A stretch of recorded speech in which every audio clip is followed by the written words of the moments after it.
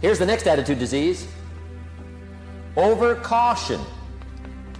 Some people never will have much. They're too cautious. Now, you can also be too reckless, but you can also be too cautious. This is called the timid approach to life. And my caution was always the risk. Risk used to drive me right up the wall. I used to say, what if this happens? It's called the language of the poor. What if this happens? And on top of that, if this was to happen, look at the fix I'd be in. I better not try. I could always ace myself out.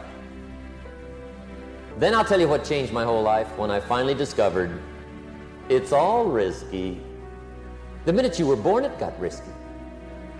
If you think trying is risky, wait till they hand you the bill for not trying.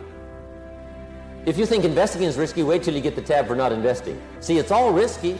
Getting married is risky. Having children is risky. Going into business is risky. Investing your money is risky. It's all risky.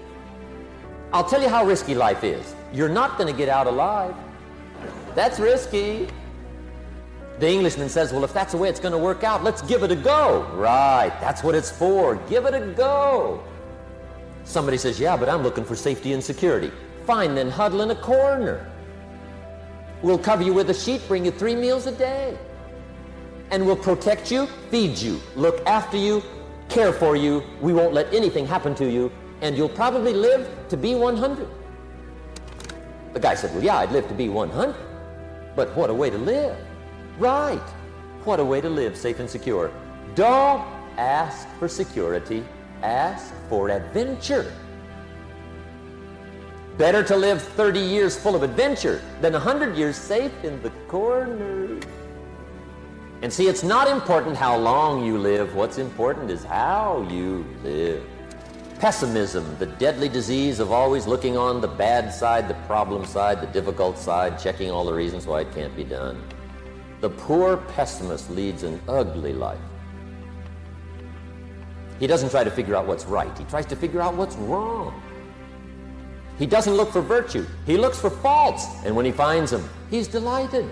How ugly. This is the poor guy who looks through the window, doesn't see the sunset. He sees the specks on the window. And this is the poor guy, right, who rushes up, takes such leave of his senses. This guy rushes up and he says, I've got 5 good reasons why it won't work. He's so dumb he doesn't know all he needs 1. He's got 5. To the pessimist, the glass is always half empty. To the optimist, the glass is half full. Why would the same measure affect people 2 different ways? Answer, it all depends on how you look at it. Our lives are mostly affected by the way we think things are, not the way they are. The way we think they are affects us most. I hear a knock on my door one day, and I go to the door, and there's a little girl about this tall selling Girl Scout cookies. And she gave me the big pitch on Girl Scout cookies. Finest organization in the world. Got these cookies, only $2. Support the Girl Scouts. No problem, I wanted to. And with a big smile, she politely asked me to buy. I did want to buy. Big problem. I didn't have $2 in my pocket. So I thought, I can't tell her that. So I thought, well, next best, I lied to her. And I said, look, I've already bought lots of Girl Scout cookies. I've still got plenty in the house that we haven't eaten yet. She said, well, that's wonderful. Thank you very much. And she leaves. When she leaves, I say to myself, I don't want to live like this anymore. I mean, how low can you get lying to a Girl Scout? I mean, that's as low as it gets. So I promised myself that day it would never happen again. The first essence of life, and that is self-preservation, to produce enough to take care of yourself. The instructions given right to the couple that left the Garden of Eden. One was to multiply. It's a lonely place with only 2 people. But here were the next instructions, to be fruitful. How fruitful, how productive should one be?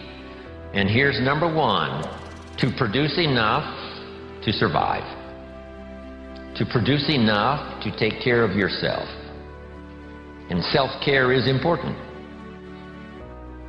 If you're flying on an airplane, the flight attendant says if for some reason we run out of oxygen, these oxygen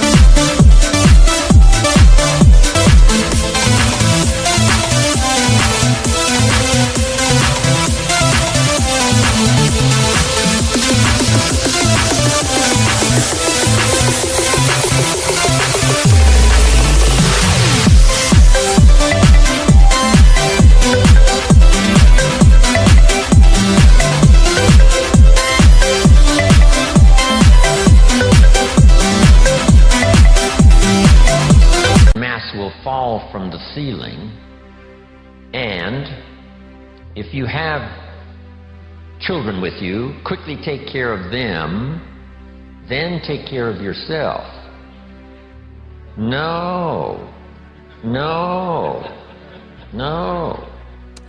They say what?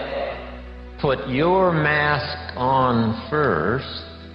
Put your mask on first. See to your survival first, then you'll be more capable of taking care of the survival of your children.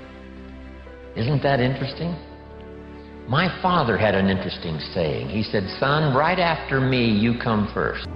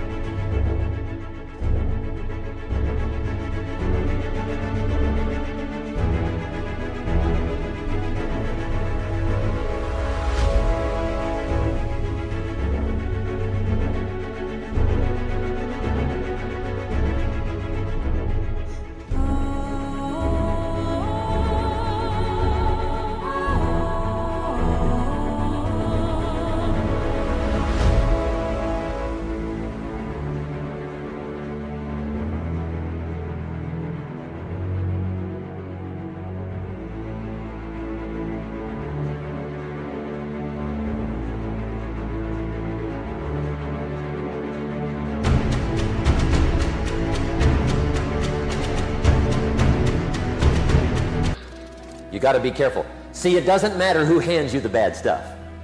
It doesn't matter where you get the bad stuff. It'll still do its damage on your bank account, wherever you get it. Mr. Schoaf gave me one of the greatest phrases when I first met him when he said, "Jim, every day stand guard at the door of your mind." How important.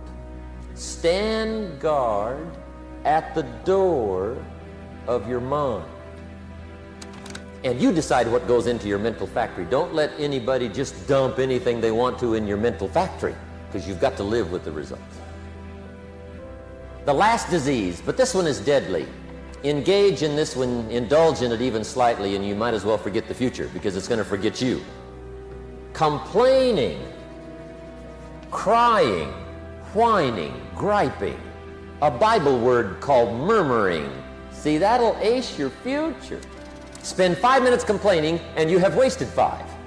And you may have begun what's known as economic cancer of the bone.